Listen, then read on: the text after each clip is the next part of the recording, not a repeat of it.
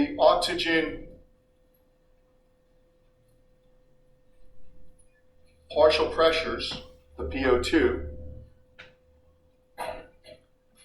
the hemoglobin saturation, and the oxygen content as they relate to one another. So what I'm going to do, actually I want to make this this whole slide, this oxygen saturation curve. So I'll keep these, but let me make this, I want to make this, you can read the text below it. But what I want to do here is just make this our slide. And what we have here now, this is complicated because there are three things to look at. You've got the PO2 in the space that you're thinking about. It could be the arterial PO2, it could be the capillary PO2, it could be the lung PO2, but that's on the x-axis. And on this y-axis, you have percent hemoglobin saturation, so let's call that Y1. And over here on Y2, on the other side, you've got your oxygen concentration. That's the 1.34 times the grams of hemoglobin.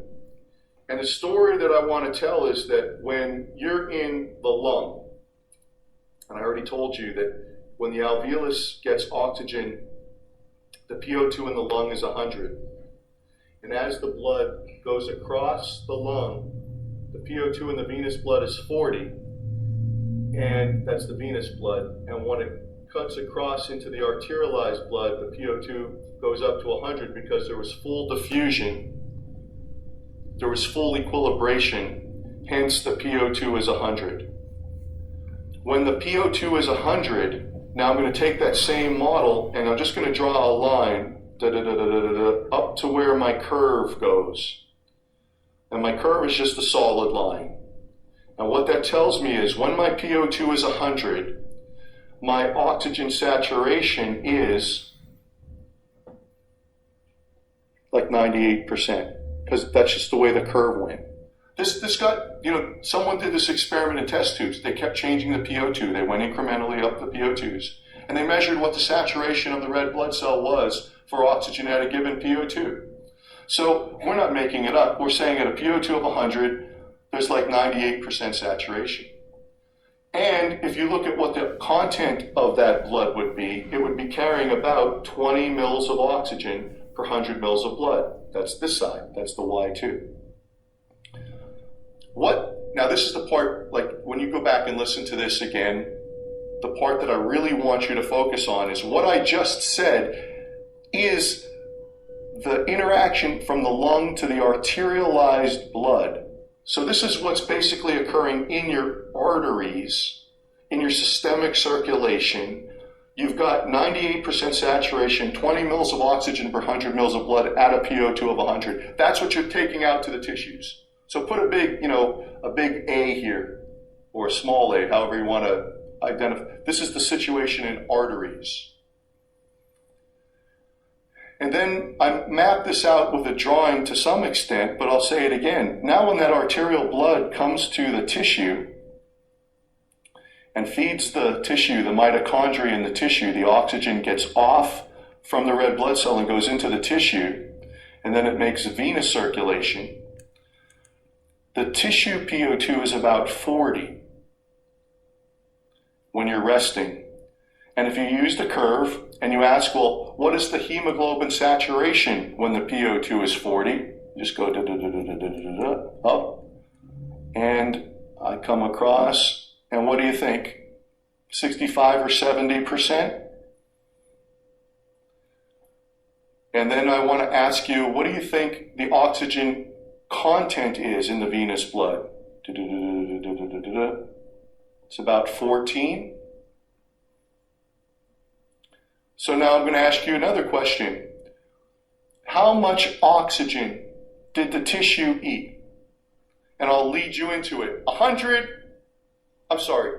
units of oxygen, 20 mils of oxygen per 100 mils of blood came in. Here's the tissue. Some of it got off. Some continued back was left. What did the tissue take? 6. You know what that's called? The arterial venous oxygen extraction. You see this clinically. That's what it is. It's the arterial venous oxygen extraction. It's how much the tissues sucked oxygen out of the blood vessel to feed cellular metabolism. This is called the oxygen saturation curve or the Bohr curve, or it's used with good reference to the AVO2 difference. That's what it states. It's a lot, and you're going to have to think about what we just said. You're not going to get it on the first natural try. But this was done scientifically in test tubes. It works in people. And what happens now is we want to talk about moving the oxygen saturation curve up and to the left or down and to the right in proportion to a person's metabolism.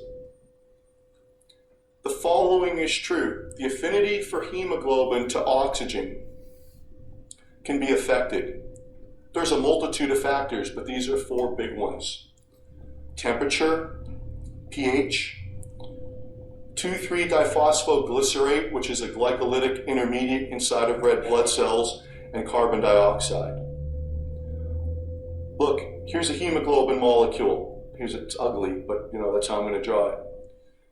Oxygen doesn't automatically bind to the hemoglobin molecule. It's a protein, so if you change its structure, right? You start changing its secondary configuration, now the oxygen can't land on the heme as well.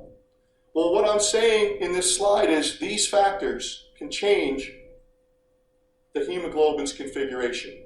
It's a protein, so it can change. And in doing so, it changes the affinity of hemoglobin for oxygen. So I'm only going to hold you to these 4 factors.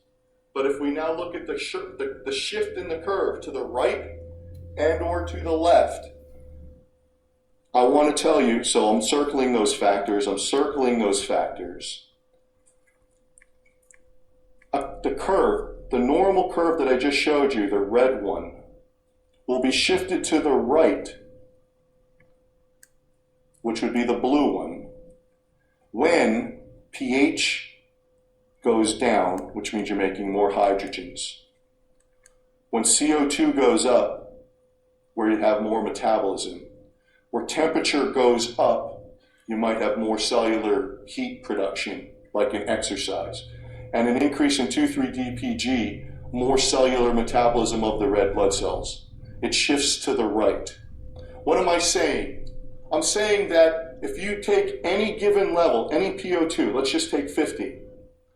At a PO2 of 50, if the curve is shifted to the right versus the normal curve, which one has more oxygen on it? The normal or the one that shifted to the right? The normal. Well, use the sentence structure of this. The affinity of hemoglobin for oxygen is reduced when these are all metabolic. Think of them, they all go up with exercise. You move, you need to make more ATP. Hemoglobin is not as sticky to oxygen. You move the curve to the right.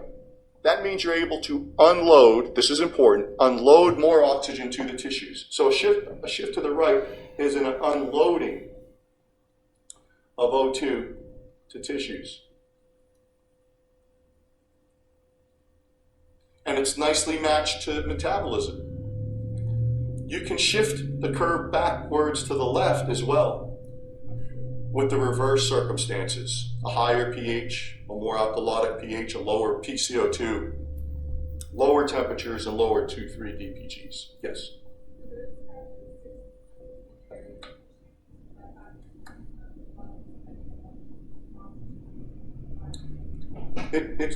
So that's a really good question. So it's anywhere. It would happen anywhere, wherever this situation might occur, but it's largely relevant to the tissues because it's getting down to the tissues, and if metabolism's elevated in the tissue, you don't want the hemoglobin, you don't want the Uber to drive by the stop that you asked them to drop you off at. You want to stop and get get out and open the doors and help, people get out and get to where the metabolism is going. Same thing here. When metabolism is elevated, more time to get the oxygen across and meet those metabolic demands. When you're resting and your pH and your temperature and all these other things go back the other way, not as much need to feed that oxygen. So the affinity for hemoglobin to oxygen changes. Yes?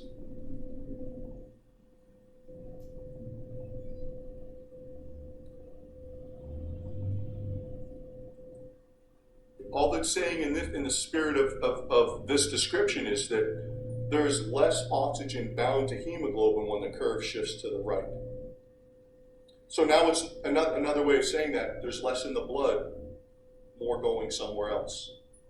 It's less sticky to oxygen, the hemoglobin is. So you can change the sensitivity, the affinity of or for oxygen with respect to the hemoglobin. That's what this is really spelling out, okay? Now, you'll need to know what factors affect the oxygen dissociation curve, the four that I've mentioned, and you'll need to know what right and left shifts are and what it means in terms of oxygen loading and unloading with respect to a shift to the right or to the left. And this just describes that in words.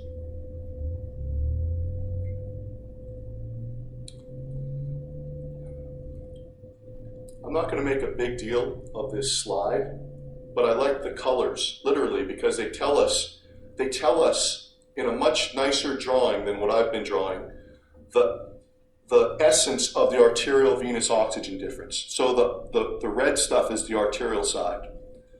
The blue stuff is the venous side. And it's worth just a moment going through from the lungs and reviewing the circulation.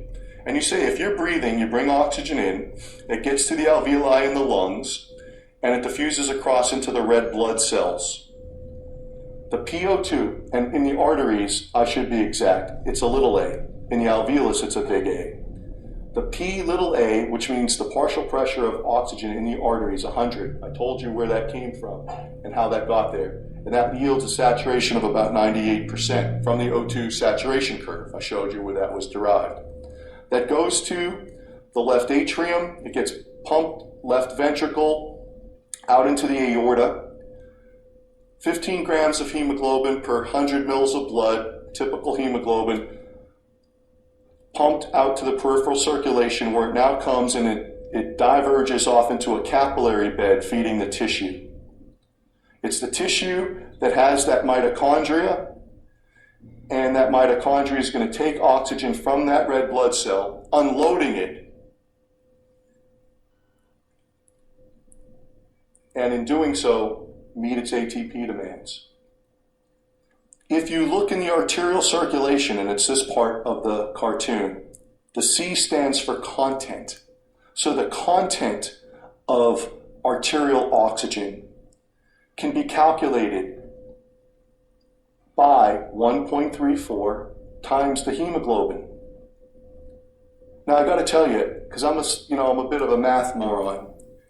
The formula is more. There are more factors to this, so you can multiply that by the percent saturation. But I told you the percent saturation is effectively 100 in that situation, so you can almost remove it. And then a tiny little bit of oxygen can get solubilized in the plasma. It's not even worth considering, so I cross that out. So in other words, when I talk about the oxygen content of the arterial blood, it's the 1.34 times the hemoglobin concentration. And that gives you 20% volume, or 20 mils of oxygen per 100 mils of blood. So here comes 20. It's feeding that mitochondria. The mitochondria takes it, makes the ATPs. In the meantime, it makes CO2s. Now, with respect to the oxyhemoglobin and the oxygen carrying, the venous blood now starts to converge into bigger veins, and now the oxygen in the venous blood has fallen considerably. The content of the venous blood, some of it solubilized, Don't care about it. We don't care about this. It's been used. It's been used. The content in the venous blood falls to like 15% volume. So 20 came in, 15 went out. How much did the tissue use? 5. The arterial venous oxygen difference makes its way back to the right heart, through the pulmonary artery, across the lungs, and the cycle goes on and on and on. That curve, the way this thing cycles and cycles and cycles, is explained by the Bohr relationship to the right. And your challenge is to try to look at the cartoon and be able to think about just the essence of the arterial venous oxygen difference, because it will go a long way in thinking about the cardiopulmonary pathophysiology to follow. Yes?